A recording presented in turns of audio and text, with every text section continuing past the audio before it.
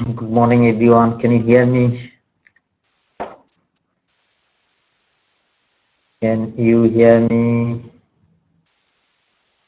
That's good. Let me start. So, this chapter that you see on the screen is called Symmetrical Faults on Three-Phase Systems, meaning we are dealing with three-phase power systems, large power systems that are highly interconnected with each other, sometimes in between utilities and sometimes even international.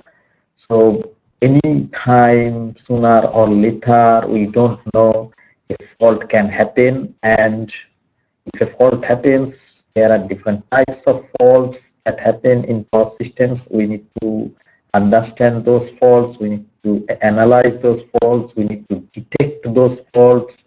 We need to protect our power system from those kind of fault conditions. So it's actually very, very important no matter what we do, starting from the power generation, transmission, distribution, control, monitoring, we have to protect them. When faults are obvious in power systems, like as human being, we fall sick today or tomorrow, we don't know, and sometimes some of those sicknesses are very, very serious, some of them are not that serious. So it's exactly the same kind of thing happens in power systems. So that is why this chapter is important. And to me, it's even more important. The reason is that I start with this chapter in power systems 1, and then we learn the fundamentals there, doing some theories, and then tutorials where we do the calculation for fault currents and fault MVA or fault KVA. Then we take it to the next level in power systems 2, where we do more analysis on another type of fault and again more tutorial. And then in the second semester of fourth year, we do a lot of design projects for this fault analysis using software and using actual hardware relays. We have a lot of actual hardware relays that I'll talk about that later on. We test them, and actually those tests are industry standard, and you can test them here in the laboratory, and you can take those relays to wherever you want, substation, distribution station, or a transmission line, or even a generator in power generating stations. So that is where we are, and I told you probably that we wrote a paper in substation communication protocol, when the substations are operating, how they are communicating, and what protocols they are using. So we wrote a paper that's a very top level paper, equivalent of, because it was written by an undergraduate fourth year student, Matthew. You might know him, Matthew Dick. Hopefully it will be accepted by 2 weeks. We revised it on Sunday and submitted it. So that's equivalent to an Olympic gold medal to me. So we go that far actually. So if you are interested in this, it is something where we can spend all our lives. And when I came here in 2009, there was no such thing like protection or actual relay. Over the years, I have been trying to develop connection with industries in South Africa, in other countries. So I was very, very fortunate to get in touch with some very great people. Even yesterday, we got a smart meter for free, the software and everything. He just came down because I said that I want my students to learn about smart meter. So he gave me a smart meter for free. So the student will use that one and learn. I asked him, can we have some software for this protection? Immediately we get it. So we got some connection in South Africa, the best two people in South Africa who does the state-of-the-art modern substations using IC 61850 protocol. And I also have some connections in Africa. The head of African zonal Africa zone salesperson who used to give us those relays, and he visited our labs in the electrical building, and he was very, very impressed. And that lab is actually connected now to USA Washington. Washington Pullman is actually the location of that manufacturing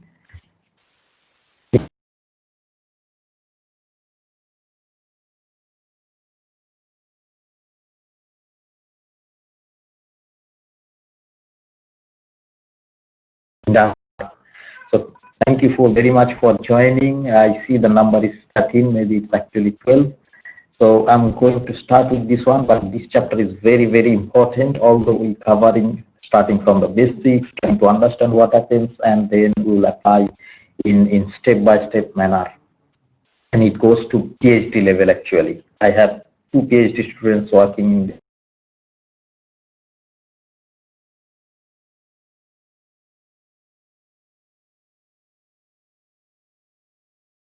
So we'll talk about a little bit what it is, and then we'll go to something called per unit system and percentage quantities. Percentage quantities, we all know about that because we calculate percentage in many, many applications in our real lives. And we go to the next one, which is the advantage of per unit system. We can work on percentage quantities in fault calculation, but it makes it easy for us if we use per unit system. So we need to know what are the advantages of that. Then we will come with something called base value and why we choose a base value, how do we choose value, how the choice of a base value helps us to understand that. Then we will go to three-phase short circuits and then different types of faults and then the limiting factors, limiting factors, what we can apply to the system to limit the currents during fault condition, because when a fault occurs, a huge amount of current flows in the circuit or the part of the power system. But if we can apply some factors to reduce that current, we can reduce the damage to the power system and the equipments. And then we'll do some tutorial on three-phase short circuits. The medium kind of chapter, like not too long. I hope that I will be able to finish it by tomorrow, the theoretical parts. And let me go to the next slide where I'm starting with the background. So you can see what is written there. It says that the faults are operational facts in practical power system. So we have a practical power system in real life that starts from the generating stations, coming to the transmission lines and sub-transmission line, distribution system, and finally it ends up to different types of consumers, starting from commercial, industrial, agricultural, domestic, municipal loads, all to our homes or households. You are connected to that practical system, practical power system. When you are charging your cell phone or you are connecting your laptop, you use refrigerator or kettle, stove for cooking, geyser for making your water warm. All those gadgets, equipments, or appliances are connected to a practical power system. So in those cases, what is happening? We operate them. Starting from the generating station, the operation starts, and we use them. Utilization takes place at the premises of the consumers. We utilize the electricity at our premises, no matter where we are, on campus or at home or in our stores or in industries or agricultural farms and municipal loads. Are there like the street lighting and water pumping station? Everywhere we go, there is electricity. That utilization takes place at the consumer premises. So when the power system is being operated in whatever manner we can at any given time, the faults can happen. We don't want it, but it can happen and it happens. The reason is that its size and its nature. The size is huge. It's national. You can imagine the national width, breadth, across wherever the electricity connection is there, is up to that. So it starts from the generating Pumalanga to Drakensberg to Durban to Gauteng, Northern Province, Western Cape, Eastern Cape, everywhere it's there. It's the size of that nation. In each and every country these days, modern power systems are being operated at a national level. Like in India, if you can imagine, India is a very large country, USA is also a large country, China, Russia, but the power system is connected to that national level. So it's a huge size we're talking about, and all the energy level, current, high voltage, actually very high voltage system is connected there. It's a physical system. The nature, that word that you see is a physical system, and they are physically connected. There is no Wi-Fi connection or wireless connection so far for charging or connecting our equipment. All our equipment that I gave example from starting from your cell phone charging or laptop or your television or kettle or stove or geyser or an induction motor or a DC motor, whatever we connect to electrical power system is a physical connection. We are actually, like when I'm connected with the power system, the laptop, actually I'm connected to in Pumalanga or a nuclear power station in Cape Town or the power station in Drakensberg. I don't know which one, but definitely one of them is there. So it's a physical and it's huge. So when we operate such a huge system of physical connections with so many different types of equipment and so many operational constraints are there, then the faults are obvious. But we don't know when it will happen and how it can happen. So when the faults happen, they come in different forms. We classify them. First one, we know these terms: open circuit and short circuit. Especially the short circuit one is a very common terminology that we hear many times when we have some fire breaking out in the community. If it comes from electricity, people say there was a short circuit. So we know that term. And when it came to electrical engineering, then we had that word as well, and then we knew exactly what short circuit is, meaning it's a circuit is shortage, meaning the resistance is bypassed, or the impedance in case of alternating circuits that we are actually dealing with three-phase power system, large power system, is obviously an alternating current power system where the impedance is shorted, meaning the impedance is reduced to a very low value, and it does not necessarily mean it's zero value. Short circuit does not necessarily mean zero impedance or zero resistance. It's a very low value, and that will cause a very high current to flow in the circuit. The other one is open circuit, meaning if there is any opening in the conductor that are there in the phase, like phase ABC, if the phases are having an opening in them or in one or more conductors, then we call it open circuit. So we classify them. There is any short circuit, we call them short circuit fault, or open circuit fault if there is any break in the conductor of any of the three phases.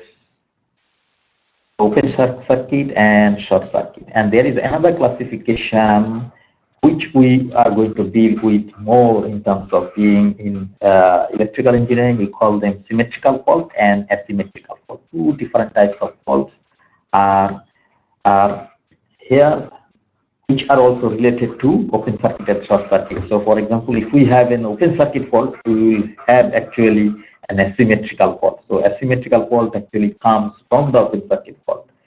For example, a short circuit fault can also be asymmetrical fault. A short circuit fault can be a symmetrical fault. Can you see how they are related? We have open circuit fault. Open circuit fault actually will cause an asymmetrical fault. Short circuit fault can cause asymmetrical fault. Short circuit fault can also cause a symmetrical fault. So we need to understand what type of fault is happening and what we are understanding from that type of fault. Once we are capable of understanding and analyzing that type of fault, we will be able to do more. Meaning, if a fault happens, then we need to detect it in the first place. Then we need to do the next steps. I will come to that one. If you have any question, you must stop and ask me. So if we go to the first one, symmetrical fault. Symmetrical fault is a fault when all the three phases A, B, C are shorted together. When all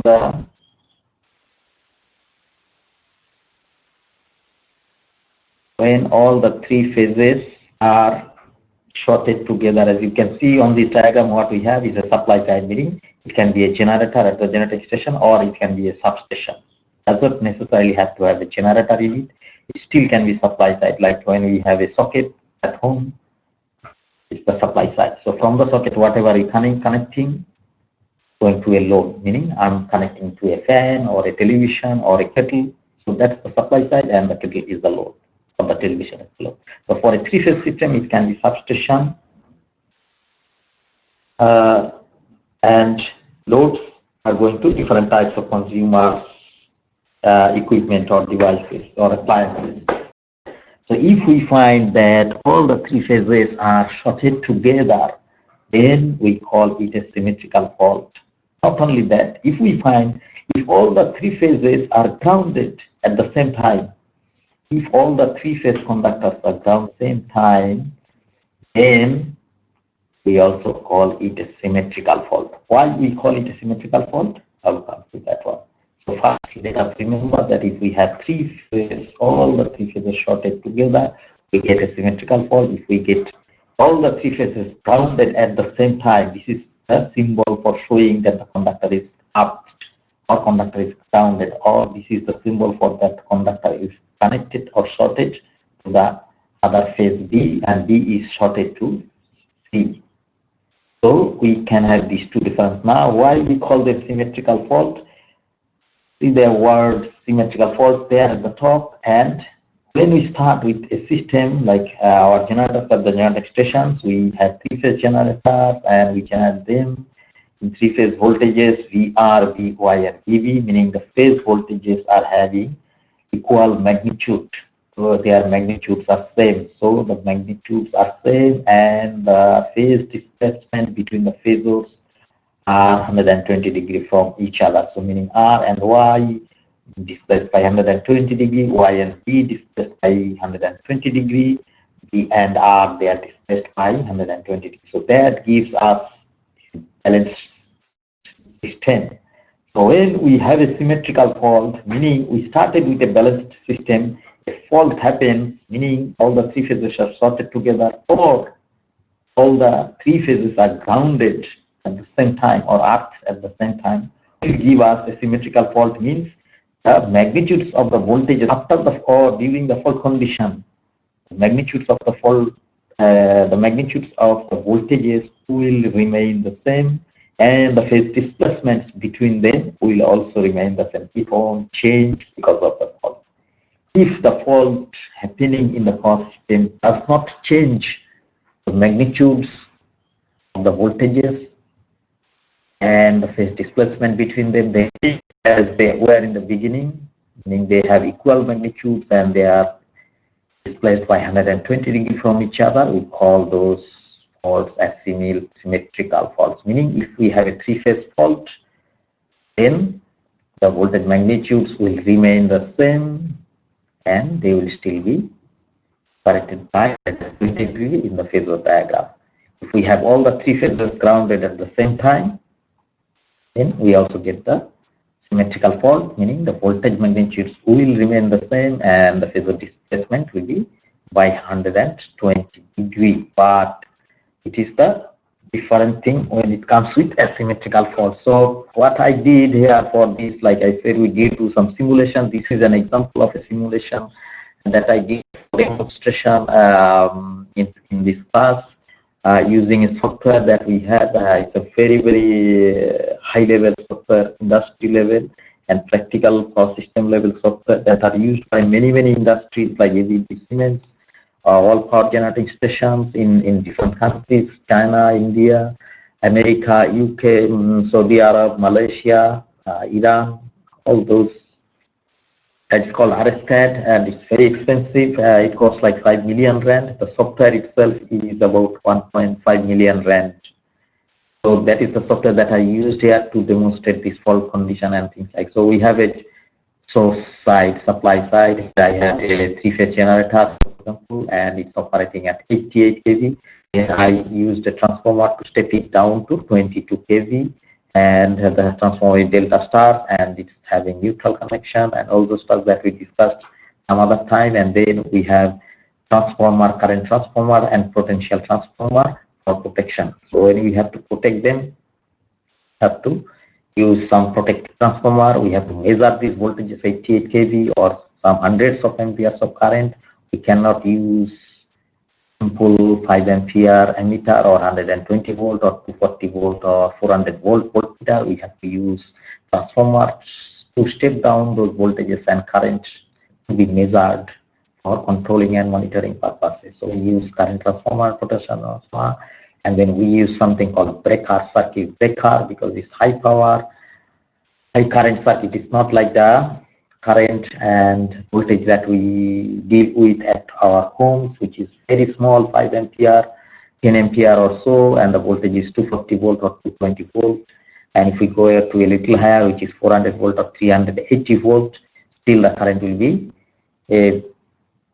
on the lower side as compared to the current on this type of voltage, 88 kilovolt and some hundreds of amperes of current. So this is where the load is connected. I have shown just a resistive load for just demonstration, because it's not important to consider what type of load is there. It's important to focus on the protection. And this is a fault block. I took them all these blocks from the library of the software, and then I can apply different types of fault. I can short all these three phases, phase A, B, and C. I can put them to ground, line to ground, and so on. After that, the breaker initiated to operate. So what happens here to demonstrate that when there is no fault, I'm just running the system that is having no fault at a given time. So what I see, the currents in the breakers, they are same, 200, and this is in kilo ampere, 251.1 ampere for all those three phases A, B, and C, RMS current.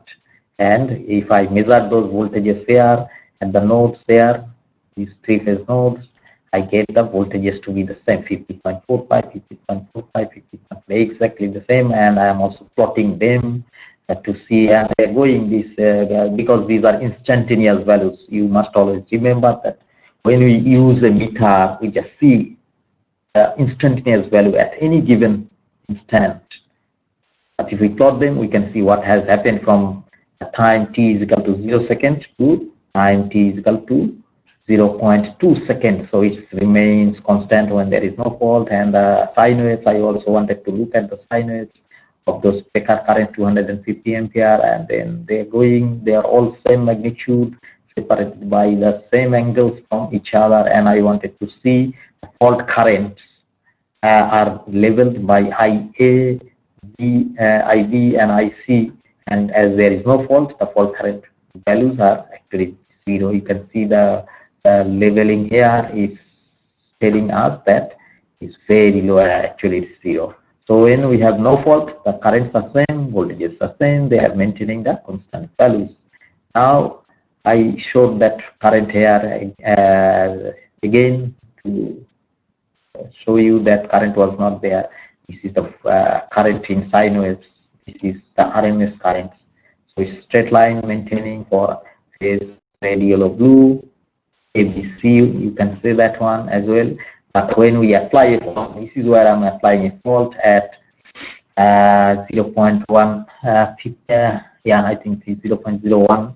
Then as the fault is applied, the fault is persisting up until this 0.2 second. And during the fault time, this is what is happening. In the beginning of the fault, something is going up and down, meaning the magnitudes of the currents and voltages are changing, but after some time they become same. All the three phases become same. That's what we see. The breaker currents are changing here, changing there for A, B, C, but after some time they become constant and they have same value, 2 point something, 2 point something, 2 point something.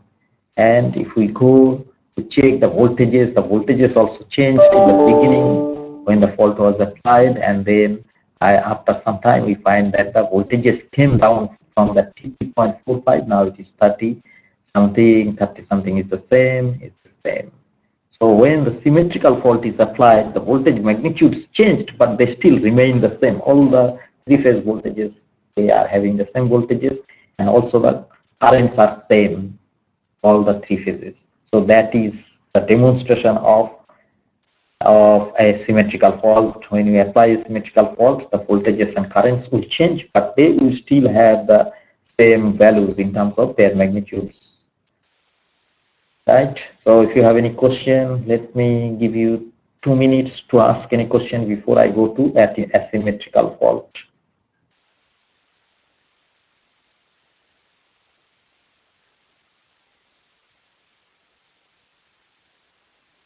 Any question from you?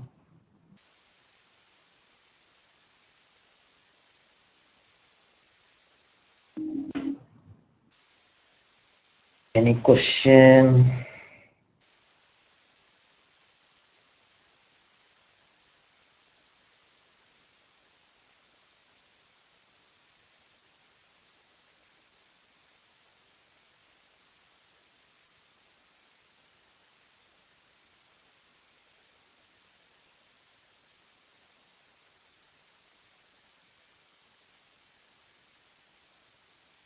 Okay, let me come to asymmetrical fault. Now for symmetrical fault, just remind us again that if a symmetrical fault happens, voltage magnitudes will remain same. It does not necessarily be like what it was. It will have the same voltage. The voltage magnitudes of each phases will be the same. Like it was 50.5, now it is 37. But all of them having 37, 37, 37. Like that. For asymmetrical fault, the voltage magnitudes will be different. The currents will be different. So if a fault condition happens in a power system, that will change the magnitudes of the currents and voltages to be different from each other, then we call it asymmetrical fault. And obviously, phase angles between them will no longer be 120 degrees from each other. So for asymmetrical faults, magnitudes of voltages and currents in each phases will be different, and the phasors IA, IB, IC or VA, VB, VC will not be anymore displaced by 120 degrees. So those type of faults are called asymmetrical faults. One example that you can see that it is shown as a connection or shorting between phase A and B. So it's an asymmetrical, it's an example of asymmetrical fault.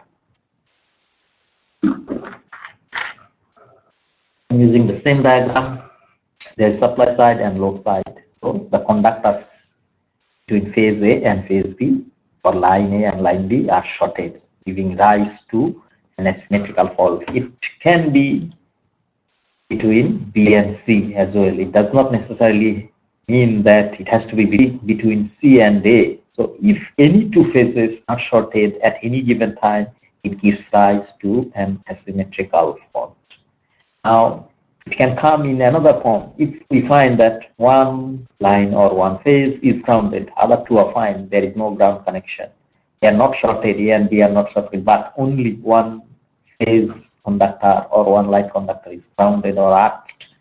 It also gives us a symmetrical fault condition. It can be phase B or line B is grounded. It can be line C or phase C is grounded. Or it can be both at the same time, A and B, or A and C, B and C, A and C, and it can be B and C as well. So if until or unless it's not all the phases at the same time, we can have ground connection in one of the phases A, B, or C. It can be in between two, A, B, B, C, C, A. It can be shorting between A, B, B, C, C, A. It can be grounding of A, B, B, C. Now, when we have this type of situation, actually they are also shorted. We can consider that this situation is actually B and C are shorted and C is grounded or B is grounded. Is that clear? We can assume this type of condition is that B and C were shorted in the first place, and then one of them, either B or C, is grounded or up.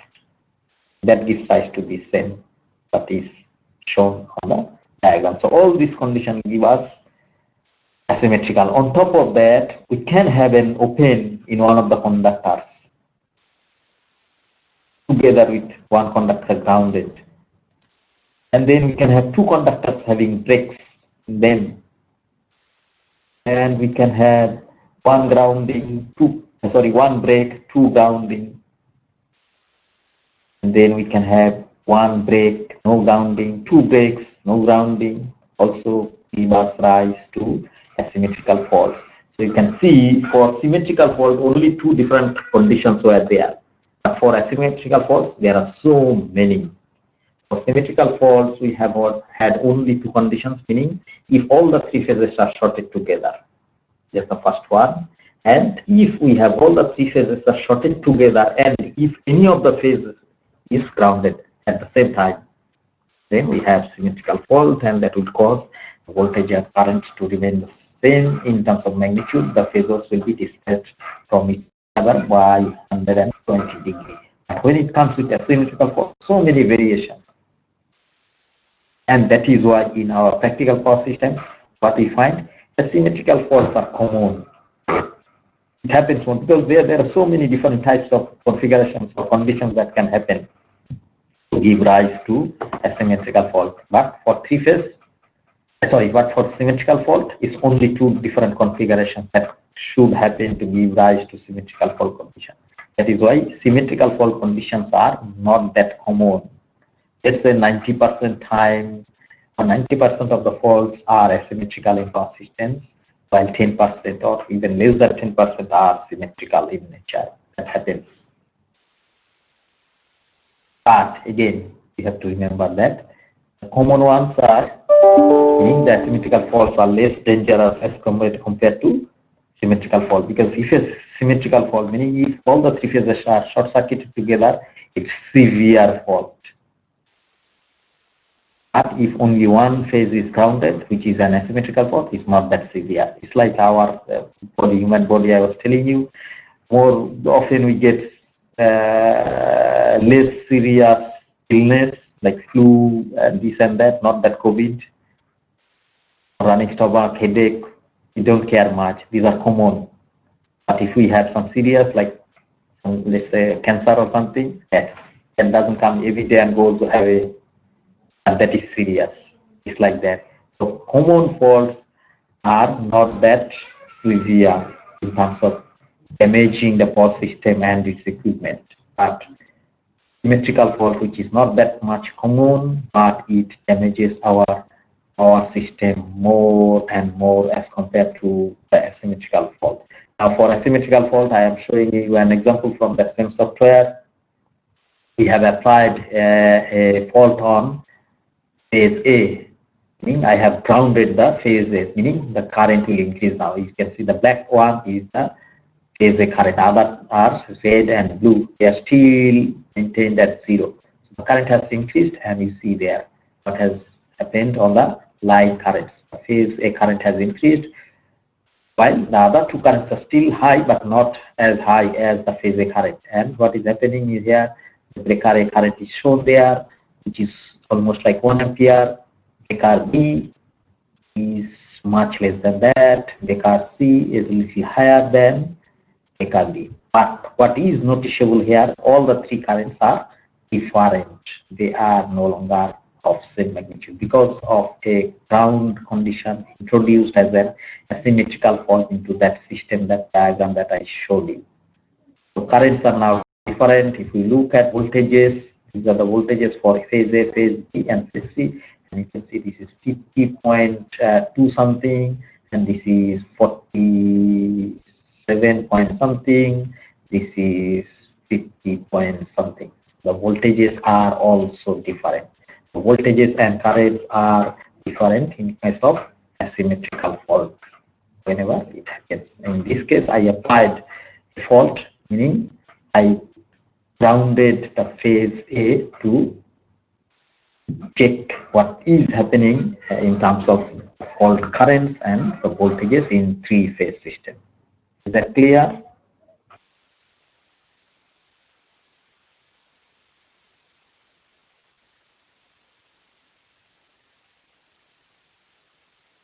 Is that clear? Can you respond if you have any question?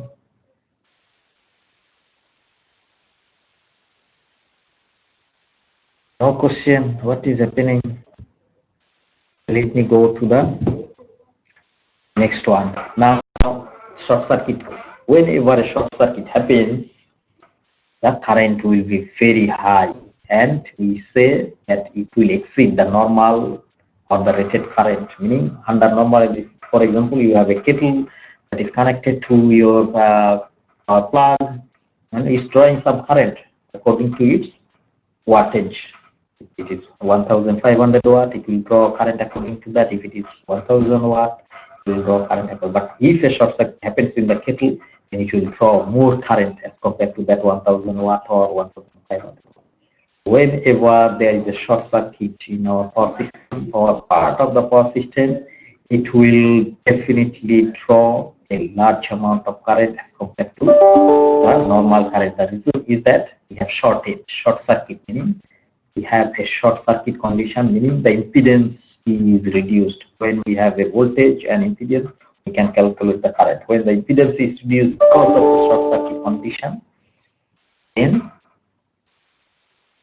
the current is going to increase, and because of that increased current during that short circuit condition, what will happen?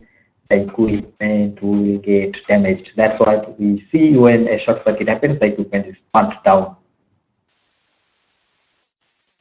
Right? The first thing is the thermal damage due to heating, because a huge amount of current is flowing. That is going to cause that power loss, energy loss, I square RT.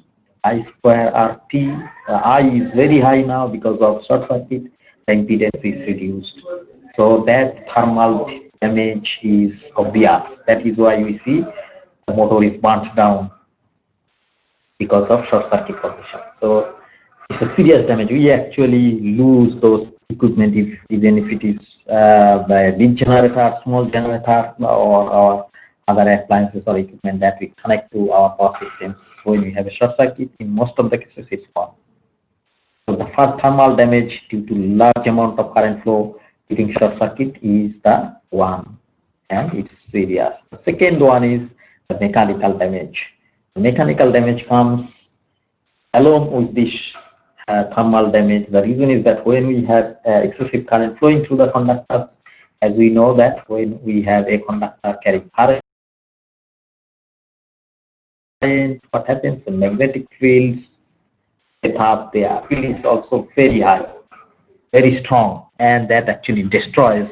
That is why we see many things inside that equipment or appliance is displaced from its or dislocated from its original location in the housing. So if we have a generator or a motor or a transformer, and if you find that a short circuit happened there, then we find that the windings are displaced or dislocated, the bus bars in the substations gone from one place to the other few meters away from its original location. So the mechanical damage is also obvious because of large amount of current flowing through the conductor during short circuit, and large amount of current causes a large magnetic field intensity, causing mechanical damage of the physical part of the equipment. Now, when we have a power system of this big nature, national level, and it is obvious that faults will happen, doesn't matter whether it's a symmetrical fault, asymmetrical fault, three phases are short circuited together, or one phase, doesn't matter, and we don't know when it is going to happen, sooner or later, today or tomorrow or after 25 years. What we have to do as electrical engineers, power engineers, and power systems protection engineers, we have to do very few fundamental things in the beginning, that whenever a fault occurs, we have to detect the fault. Now, how can we detect the fault? We can't be sitting there and looking at the conductor, hey, these three phases are short circuited now, hey, this conductor is grounded now or earth. Now, we cannot do that as a human being. It's impossible. Put something there to monitor it 24/7, 365, like all the time, not a single second be kept unmonitored or uncontrolled, unobserved, unprotected.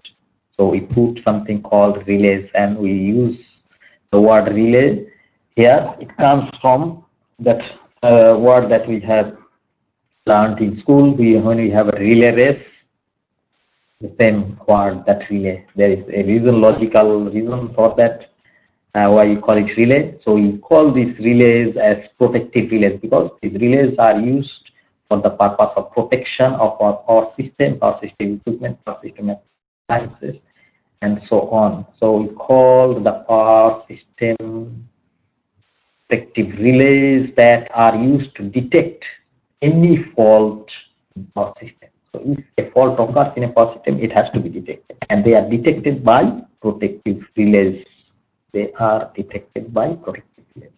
So the task of a protective relay is to detect a fault. If we think it in a simple way, the task or the function of a protective relay is to detect a fault whenever it happens. It can happen to now, it can happen after 30 years. And then the fault condition will be cleared by circuit breakers. Like we said, we are talking about high power, high voltage, high current circuits, not like our household circuits. So we use circuit breaker. We cannot use switches that we use in our homes. Those are 5 ampere, 10 ampere switches. But we're dealing with hundreds of amperes, we're dealing with thousands of amperes and very, very high level voltage. So we use circuit breaker. The circuit breaker will disconnect the circuit to protect the power system, to protect the power system equipment, and so on. So we detect and then we clear the fault, the power system by circuit breaker. Now, when we come to this power system engineering, power system engineers, what they need to do? They need to calculate the short circuit current in each part of the power system. So, like I said, we have a national level power system now. For you being a power systems engineer or protection engineer, you need to know how much of short circuit current could flow if a fault occurs there. In this part, in that part, in that part, in that part, everywhere, in each part. That is why that words in each part is written in red. You need to know, or we need to know, how much of short circuit current could flow in each part of the system if a fault occurs. We need to know that. Once we know, that will help us to design a protection scheme, because we need to protect our power system. We cannot just leave it for getting damaged due to a fault condition, which can happen sooner or later. So we need to design a necessary protection scheme. Once we know the short circuit current, we can go to the design step of the protection scheme. What type of protection scheme we need, what type of relay we need, and so on. And from there, we also will be able to determine the current carrying capacity of the circuit breaker. CD is the circuit breaker that you saw, that a relay detects the fault and the fault is cleared by a circuit breaker. So the circuit breaker should be capable of that much of current. When a fault occurs, like we mentioned, and the current will be higher than the normal current or the rated current. So the circuit breaker should be capable of carrying that fault current and disconnecting that or interrupting that fault current in the fault condition to protect the power system and its equipment. So for power system engineer, these three tasks are the primary tasks they must do correctly. So when we come to this for calculation, meaning the short circuit current, we must know the short circuit current in each and every part of the power system that we are working with or we want to protect it. The thing is that we need to know the fault current, meaning we have to do some calculation. So when we do the calculation, there will be various variables and parameters of the power system equipment will come there. For example, we have a generator. What is the generator resistance? What is the reactance? What's the voltage? What's the current? What is the MVA rating of the generator? When we have transmission line, what is the inductance transmission line? What is the capacitance? What is the shunt conductance? What is the resistance? All those things will come into consideration. What you're saying, what might cause faults in a power system? If a conductor breaks, for example, we have three-phase conductors, phase A, phase B, and phase C. If the conductor of phase B breaks, that's a fault. That's an asymmetrical fault. If phase B conductor breaks and falls onto phase C, that's a fault, short circuit between phase B and C. And if conductor of phase A is just got connected with the ground, earth, that's the fault condition. Yes, then those are the things that happens in reality, in practical life.